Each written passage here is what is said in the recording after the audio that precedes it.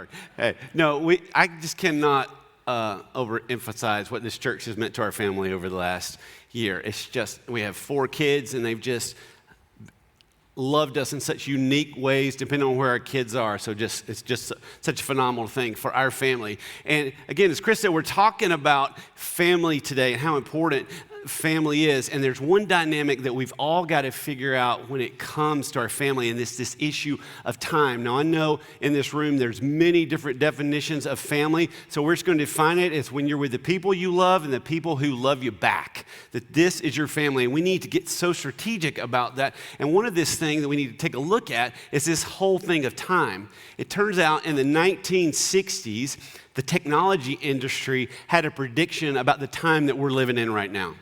They went to the U.S. government and they said, you should know technology is taking off, and it's taken off so fast that it's going to change everything. It's going to change the way we play. It's going to change the way we work. It's going to give us back so much time. You're not going to believe it, and it's going to be fascinating. What's going to happen with it is going to be fascinating. But we were supposed to have back so much time by now that they said the biggest dilemma for people living right now is that they were going to wonder, what do I do with all the excess time? That didn't exactly happen, did it? Right? One thing did happen, though. Technology, it does build on itself like nothing else. It is fascinating. For instance, this was the video game I played growing up with basketball. I think that graphic has a total of 24 pixels. And this is the basketball game that my sons play now. Yeah, technology's taking off. This is what I used in elementary school to do a book report. Anybody? Encyclopedia Britannica? Yeah, it was required by the government that you had a set, right? My sad story is I would go to my grandma's next door, and her set was from the 1950s. So let's just say my reports were a little dated. My kids get to use the Google. Yeah, and I know there's a lot of bad things when it comes to the internet, but the fact that you can get all this information so quickly. I grew up in the day and age when you used to have to wonder. Do you remember those days? You go, who won the World Series last year? I don't know. You're like, okay. Our kids don't have to wonder anything, right? Things have changed. The only thing you use Encyclopedia Britannica for is to build maybe a table. How many of you had one of these babies growing up? Yeah. Remember, TVs used to be a major piece of furniture in your house. The crazy thing is they didn't come with a remote control. My dad's came with a remote control. It was me. I would go stand beside the television, and he would tell me what to do. It'd be like, turn it, turn it, turn it, turn it back, turn it, turn it, turn it, turn it up, turn it down. Yeah, that's how that worked. I now know what I didn't know then, that was child abuse. That's not cool. This is the TV that our kids have now, right? And the remote control, you just tell it, because, pushing buttons is so hard. And you can get this 60-inch plasma at Walmart for $14. I mean, that's the other thing. Isn't it crazy? It's absolutely crazy what technology takes off. Look how far we've come. Anybody? Yeah, my mom actually had the first mobile phone. My dad, for Christmas, gave her a really long cord for one of those. She was like, oh, this is amazing. I can walk all over the house. This is, it's choking the dog. But that was her mobile phone. Yeah? Now, the iPhone 11s are coming out, and you're going to unlock your phone, and there's going to be a little hologram of you, and you're going to look at it, and it's going to unlock your phone. Can you believe that? You shouldn't, because I just made it up. You guys didn't go, nobody went, oh, wow. Of course there's going to be a hologram, because that's how technology rose. It's just so quick. Well, they got the part right about there being amazing technology, but the part about us having time back, it didn't work, did it? It didn't happen. In the U.S., the average person spends 4 hours a day on devices. 4 hours a day. So we took the time that it's given us back, and we devoted that time back to it. Where our heads are down a lot. We're the generation where we're not looking and we're looking down. New York City, they're starting to put, for crosswalks, they're putting red and yellow. Well, and green, I guess. But you're looking down because everybody's head's down all the time.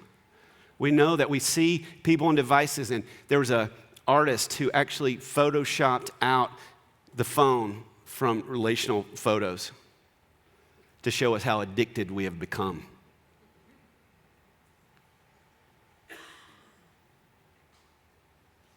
Kids, how many times have we seen this? I'm going to sound like a grandpa right now, but how many used to play outside? Yeah. I'm from Alabama, so my dad, didn't think motorcycles were safe, so he got his three-wheelers. Oh, we have not let him live that one down, friends. And it's not just the younger bucks here, right? We know Grandma and Grandpa have learned how to use the Facebook. In fact, I teased my stepmom, and I was like, if I ever need like a thumbs up for the day, all I have to do is post anything on Instagram and Twitter, and it's like, boop. She's going to give me a thumbs up. We're all looking down. Here's the reality. We took that time that technology gave us back. We dropped our heads. But here's what, as families, we need time to just be. Because when we're just with each other, when our heads aren't down, when there's space and there's grace, and we listen and we learn and we laugh and we breathe during this space. But not only are we looking at our devices, this time that technology has given us back at work, we've figured out how to work harder. Because make no mistake about it, technology has given us back time at work, hasn't it? I mean, we have people at our company that work in other states, and they can because of Skype and Zoom technology. We can work anywhere we want to. We can work in Starbucks. We can work wherever we want to work. But instead of us going, wow, I just saved a bunch of time, now it's like I get to relax here in the leisure period, here's what's happened to us. In the U.S., we're working an average of 6 more hours a week than they did in 1965. There seems to be something, when we've got a little margin, we don't know what to do with it. We don't know what to do but maybe get faster and work harder. In the U.S., we're working 4 additional hours a week doing what sociologists call hidden work. It's that time where we're catching up on emails, or we're texting somebody from the restroom, like whatever it is, right? That we're getting this work, we're getting it done. But here's the reality. It's not hidden from our families. It's hidden from us. We don't realize how much we're doing it. And here's the thing with our families. They get it, they see it, and they know when we're not connected. They feel it, because we certainly feel it from them as well. We're working longer hours than the medieval peasants. I don't even know what that means. I just thought it was the coolest stat in the history of stats. They could have been the laziest people for all I know. But when we're working, I think we can agree, most of us, we're working more than ever.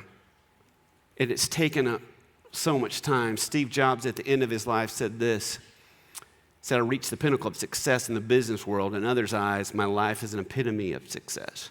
However, aside from work, I have little joy in the end. Wealth is only a fact of life that I've become accustomed to. Steve Jobs, the founder of Apple, the most successful person in work that we can know in our day and age, or at least in the top 3, right? And he says, I get to the end of this thing, and it's just wealth that I'm kind of used to. And we know this. We've been told this. We know that it's more important to be than to do, but it just keeps happening. Today's adolescents are experiencing the same level of anxiety as a psychiatrist patient did in the 1950s. Our kids are busier than ever. We've plugged them into things. They've got so many options and opportunities, and they're not bad in and of themselves, but there's something about us that wants to keep them as busy as we are, to keep them going, and they're stressed out more than ever. Can you imagine growing up where there was a little technology that says you're either good or you're bad, you're either included or you're not? The stress of that, as soon as the like button was developed, it created a level of anxiety for kids that's just too much. And it's not just the kids that are worn out, it's a lot of us. As soon as this button, there we go. Or not. Ba-bam. Get away from me, devil. Ba-bam. Oh, there we go. We'll keep trying like this. Working parents feel stressed, tired, rushed, and short on quality time with their children, their friends, their partners, and hobbies. Short on quality time. We feel it, don't we? We feel overwhelmed. We get in the middle of this, and we need time to just be. Again, we need this, but why do we say yes to all this stuff? Why do we say yes to work? Why do we say yes to all these things we're activity? Why are we so busy? I think this has a lot to do with when we do, it's significant. When we do things, it feels significant. In our culture, we wear busyness like a badge. You know, people say, how you doing? Oh, we're good, man. We're just super busy. Got a lot going on. We're so busy, and that gets rewarded. And you know, it's the number one thing that we don't encourage is our hammocks, right? No one's running about this guy going, hey, way to go, buddy. You hammock. I love the fact that the only thing this rake is doing is keeping him from falling out. Right? We don't celebrate that as much. And here's the thing. I think the number one reason that we live like we do, a lot of us, is culture. You know, turns out if everybody jumped off the bridge, so would we. Culture is I cannot overemphasize how much culture impacts what we do. Those of you, how many of you have been on a mission trip or you've been out of the country? You just see people's pace a lot different, don't you?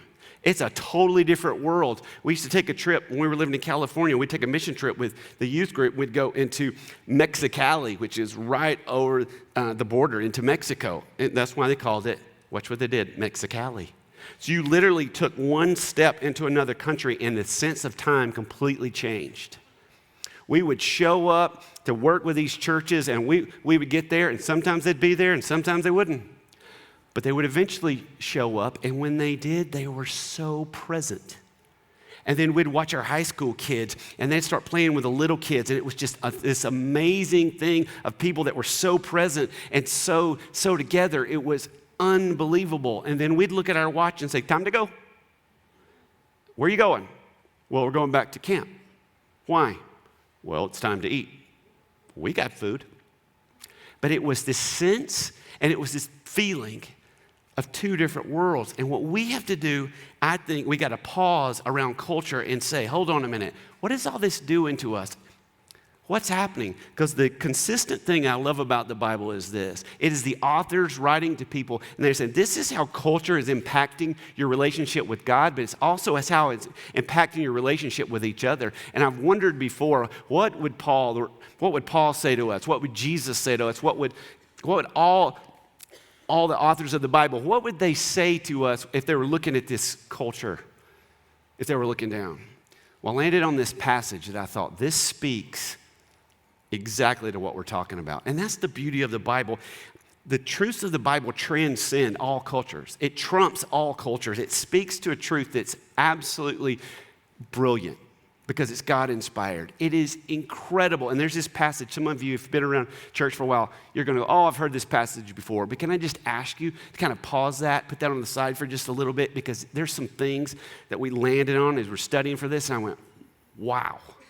That speaks exactly to this whole idea of what do we do when we're with people that we love and who love us back. It said, and Jesus and his disciples, were on their way. He came to a village where a woman named Martha opened her home to her. Now, here's what we know. When you walked up and you knocked on the door at this day and age, it comes with a lot of responsibility. You and your disciples come in. You know, for Martha, this was a big deal, right? And what did she do? She welcomed them. And she took on all that cultural responsibility that comes when you welcome somebody into your house. You know, you come in here, I'm going to have to feed you. I'm going to have to find a place for you to rest, spend the night. I got to figure all this out for you. But what did she do? Welcomed Jesus, not just Jesus, and his disciples. And Chris and I were talking earlier, these were not big homes. You know, there were not a ranch on a basement, right? It was a small space, and what did she do? Because she gets a tough, you know, if you've heard this story before, you know, we all bag on Martha, but Martha's the one that he knew he could go to because he knew that she would welcome him and take care of him. And the reason that I love this passage so much when it comes to what we're talking about today. It's when you think about the story in the life of Jesus, we always highlight the big moments, right? Him walking across water, him feeding thousands of people with just a few fish and a little bit of loaf of bread, by him having thousands and preaching to thousands of people.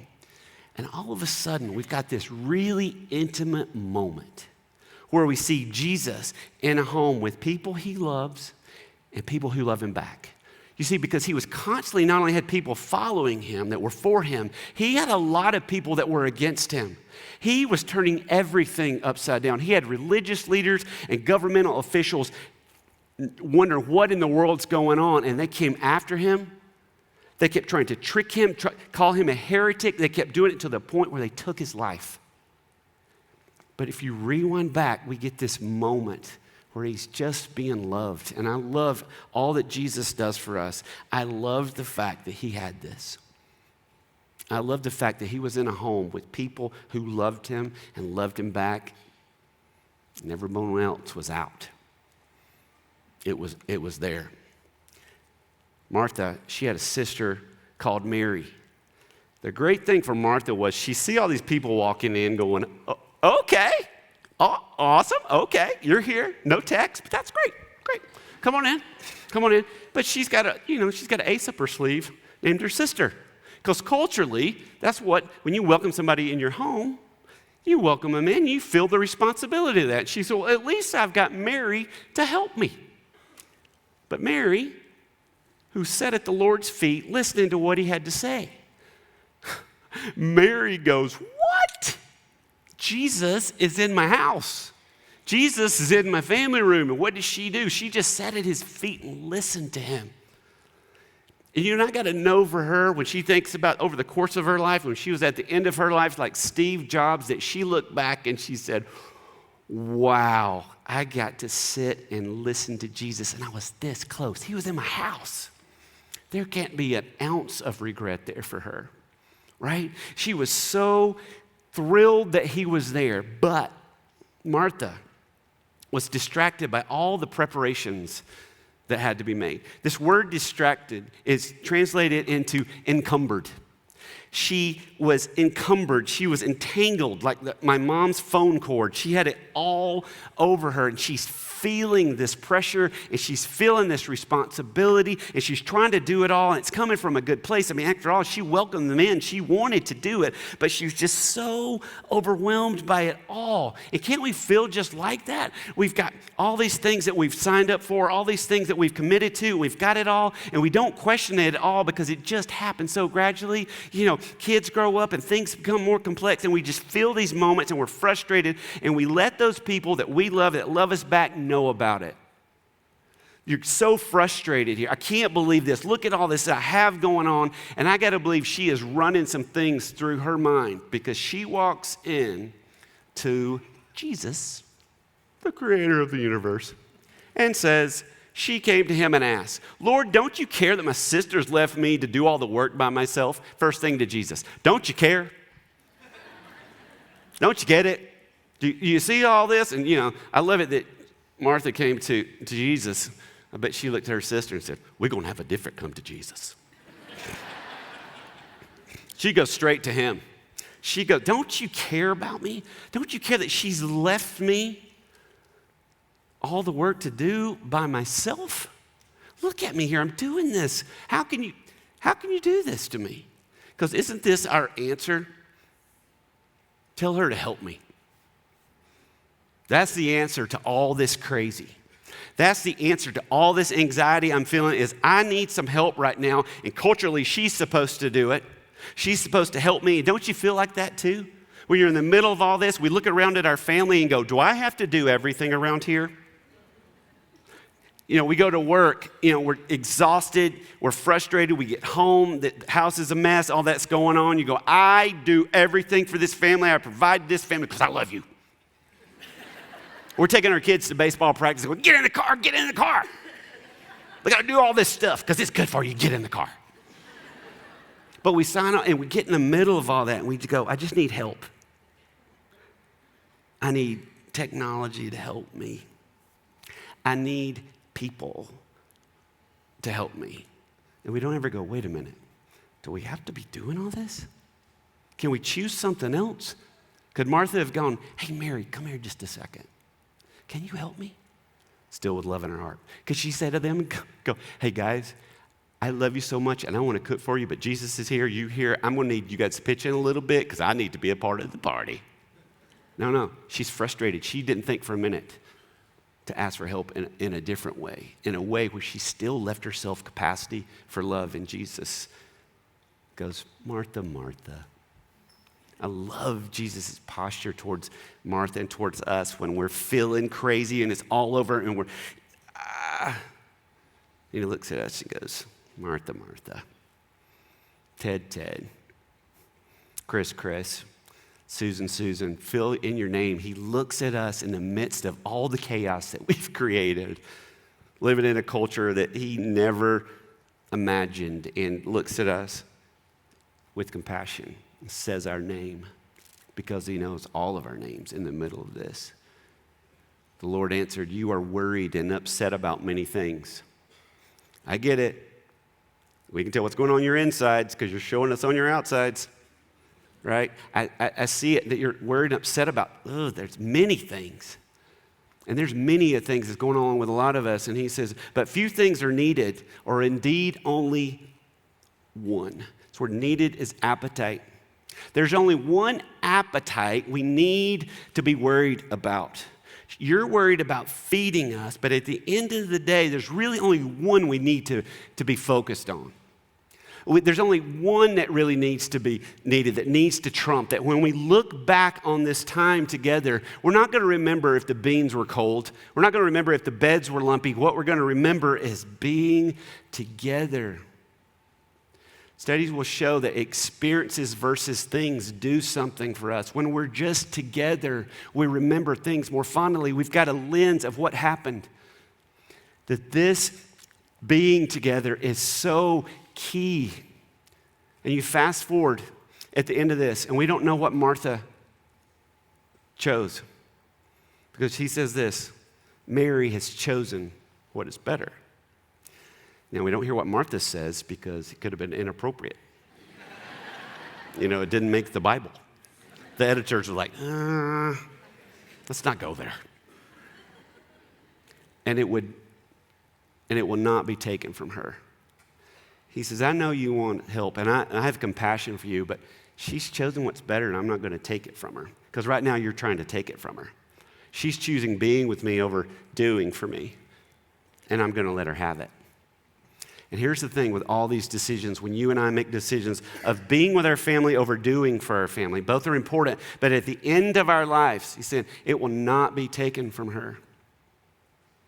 At the end of our lives, we know that he's right. And here's what we also know. When choosing between being and doing, you get all that comes with that decision. Mary got all that came with that decision. She gets the memory of looking back, knowing she focused on the right thing. She focused on Jesus, but the word on the street about Mary may be is she's lazy. She gets everything with that decision. The same thing with us. When we make choices to be with our family versus doing for our family, we get everything that comes with that decision. If we say, you know what, we're not going to work at night, we get everything that comes with that decision. We get family and kids and people we love and love us back, get to know that we have made time for them, but work may not like that at all.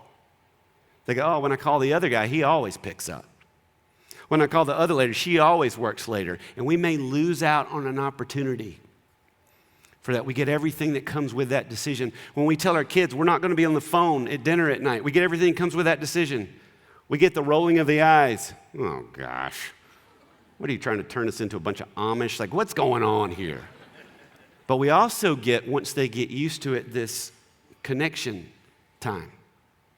So here's what I'm going to ask you. I just want to challenge you. What's the one thing you can do to just be with your family? What's the one thing you can do to just be?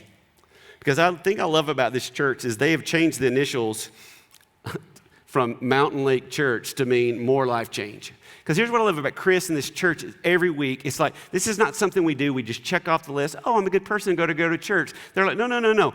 God's word is so powerful. He loves us so much. He looks at us and goes, Martha, Martha, he loves us so much. He tells us how to live life in the midst of the crazy. He wants something richer. He wants something more. He wants something full for us. And he wants there to be life change, that as you drive away here today, it may be a little change. It may be a big one. But we all get to choose. That's the thing I think we forget. We are the big people. Sometimes we think we have to do this. We're required to do this. We need to pause and go, wait a minute. I get to choose. I'm the boss of me. We forget, don't we? We get to pause, and we're going so fast that we don't pause and go, wait a minute. I need to leave myself capacity to be and to love those that love me, and then I love back. Here's a couple of ways we can do this. We'll make this super practical for you. In our day and age, we got to figure out, we have to have no tech times. There has to be time where the phone goes away, the TV goes away, the laptops go away.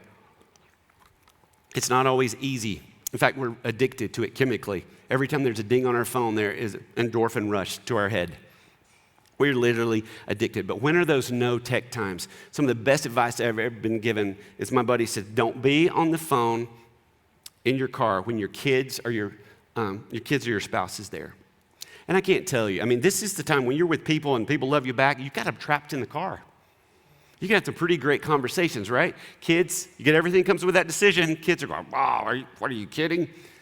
But then you can trick them. Before you know it, they're going to be talking to you. You know how it is. A kid gets grounded, you take it away, the next thing you know, they're outside playing basketball. They don't know that you know. Have no tech times. Limit kids' activities. When kids are younger, we're like, one activity apiece. People are like, what is wrong with you? Don't you love your children? Right? Yeah, we just need some space to be a family. This is already crazy. We got 3 kids. We can go support each other. We can go hang out there because at the end of the day, none of my kids ended up being professional athletes. Who knew? With these genes? Yeah, it never happened. Date your spouse. People that do what I do, that work with married couples, they come up to you, oh, marriage, whew, you should know. It takes a lot of hard work. And then they don't tell them what to do. You got a really bad disease. No. We say the best way to protect your marriage is to enjoy it. And that's why I have nights like tonight, so you can laugh and you can date and you can enjoy each other. People think, we've got to resolve all our issues or we're not going to have a marriage. Go have fun. Words don't lead to connection. Connection leads to words. Go hang out. Go laugh. The thing that brought you together can keep you together. Go on vacation. This doesn't have to be expensive. Some of you haven't had a vacation in a long time. You just need a break. Do you know how a ton of Americans don't even take all of their vacation dates. Even for a lot of them, it's just 2 weeks. They leave those dates on the table. I don't believe in that at all. I don't even, kids have so many excuse absences. I think end of the year, if you've left 2 or 3 on the table, that's your own fault. Take them up. It's an excuse. Great. I don't have an excuse. We're going to go have fun. All the teachers in here went, wait a minute. And my wife does not agree with me on that, by the way. Have one family dinner at least once a week. The studies on this are tremendous about what it provides, what it does, what it helps kids. They feel more connected. It's connected to less drug abuse. It's connected to less crime. Even people marrying, their marriage lasting. It's just something that happens there at dinner.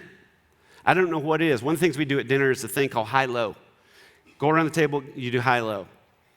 And there's some nights I don't want to do high-low because I don't like the lows at the table, right? It gets too tough. But if you'll do it, all of a sudden they start talking. And again, it's all about tricking your kids, right? You get them to talking. We've just adopted a 9-year-old little girl, and she loves high-low because she knows that everybody's going to be listening to her. She knows that she's important. She knows that her day matters, and the rest of the day, it starts conversation there. Set work time boundaries. This is a huge one for those of us who are really busy at work. We got to have boundaries here. We got to look at Steve Jobs' life and go, whoa, wait a minute, I don't want that. Nobody wants to get to the end of their life and go, nobody gets to the end of it and say, I wish I'd worked more. I wish I'd caught up on emails more. We got to set these boundaries. And again, you get everything comes with that decision. Some of you, this is exactly where you are. You're maybe up for a promotion. And that could be great. And the reason I think we like that, typically it's more financially rewarding, right? Oh, when I get that promotion, man, it's going to make college so much easier. We can have a nicer car, better vacations, better house. We're going to have so much more things. It's going to take stress off of us. My question is, when you're considering a promotion or anything at your job, it's asking this: does more money equal less you? Does more money equal less you? Let that at least be part of the equation when you're making the decision, what do I want to do? And then some of you, let me get really bold, need to get a different job. Now, I don't recommend you quit it until you have a new one. Because we all need to eat and live indoors, right? But some of you, it's been sucking the life out of you. It's wearing you down. You don't see your family. You don't see your kids. And you keep saying, when this happens, then this is going to happen. When we get to here, then I'll be able to. When we get through this season, then I'm going to be able to spend time with you. If you'll just let me get through this. And it never happens. And we get to go. We're the boss of us. We get to choose. We get to make a better choice. We need to say yes to being. So what's that one thing? Just be. I'll close with this. These are my friends, Donald and Sandy Wise. And I worked at a church for years with Donald. And he and Sandy were kind of known as the couple that they had been youth pastors for a year, but they continued to invest into people. They continued to, we always say, God, your right last name is the right last name because you are wise. And they just did family really good. Now this guy, though it was a large church, you're never going to see him on stage. He's never going to be the famous one. Most of the people didn't know him, but the people that did flocked to him. And about 3 years ago, he passed away after a long battle with cancer. And I've got to journey a little bit with his wife, Sandy, over the last few years. In fact, we have a podcast. It's called the Married People Podcast, and I interview a lot of people, but she's the only one I've ever given a two-parter to. Her name is Sandy Wise. It is worth listening to because she has handled the loss of him in a way that's unbelievable. And the reason she still has hope and joy is because he invested that into her. The reason they have hope and joy is because they invested it into each other. This was so Donald and Sandy right here. They were so fun. He had invested all that, and they invested it into their kids. She says, this is the last photo we took before he went to heaven. And he said, it has leaked down. The ripple effect of what Donald did for our family is unbelievable. So I asked her, I said, I'm about to talk to Mountain Lake Church about the importance of being overdoing. And she's lived in this area forever. And I said, can you send me a couple of sentences? I know that's tough to narrow it down, but because she's Sandy, she immediately sends this back. She says, Donald always told our kids to look on the back of their jerseys. Wise. We were all on the same team. She goes, here's what this looks like. Almost every Sunday night consisted of a family powwow, which meant a time to assure support of what you've been through or what the week will hold. A time of complaining and praying. Camping was a big part of our kids when they were young. Great talks around the campfire. We dated our kids, and I still do as a widow. Our favorite alone time as a couple meant jumping in the car, heading to Quick Trip for a cheap cup of coffee, and driving, sometimes ending with a sunset at Lake Lanier. Yep, I still feel the urge to do that, and the change in his cup holder of his car has bought me more than a few cups of coffee these last 3 years. And I watched this family in Donald's investment. He lived a wonderful life with no regret of how he loved. And it wasn't because he became famous, and it wasn't because he became wealthy. It was because of the way he loved. It was because he focused on being even more than doing. And I know for some of you grandparents and different ones, you're sitting here and you're going, wow, we used to live like that, now we don't. Where does this sit for me? Where does this fit?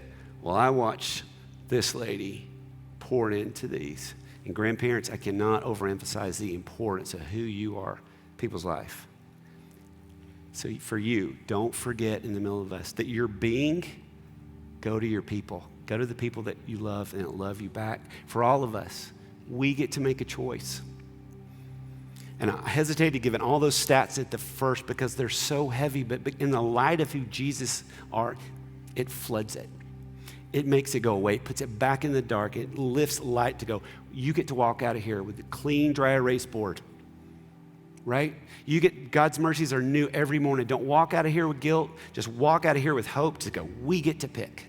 And it could be something tiny, it could be something big, but it needs to change your life because that is what God's word's for, and that's how he loves us.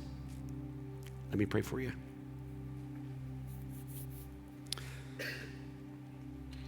God, I thank you for this church. I thank you for the leadership who work so hard every week, every day to help families all over the county.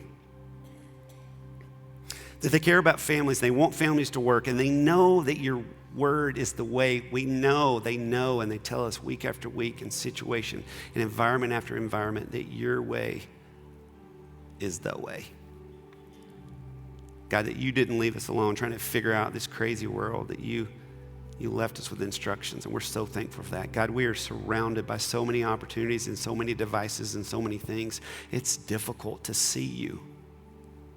It's difficult to see each other. God, would you help us to see you and to see each other? Help us to love like you would have us love. Thank you that your word trumps any culture, any device, any situation. Thank you for being the exact God that you are. Thank you for Jesus. And I pray in the name of Jesus, amen.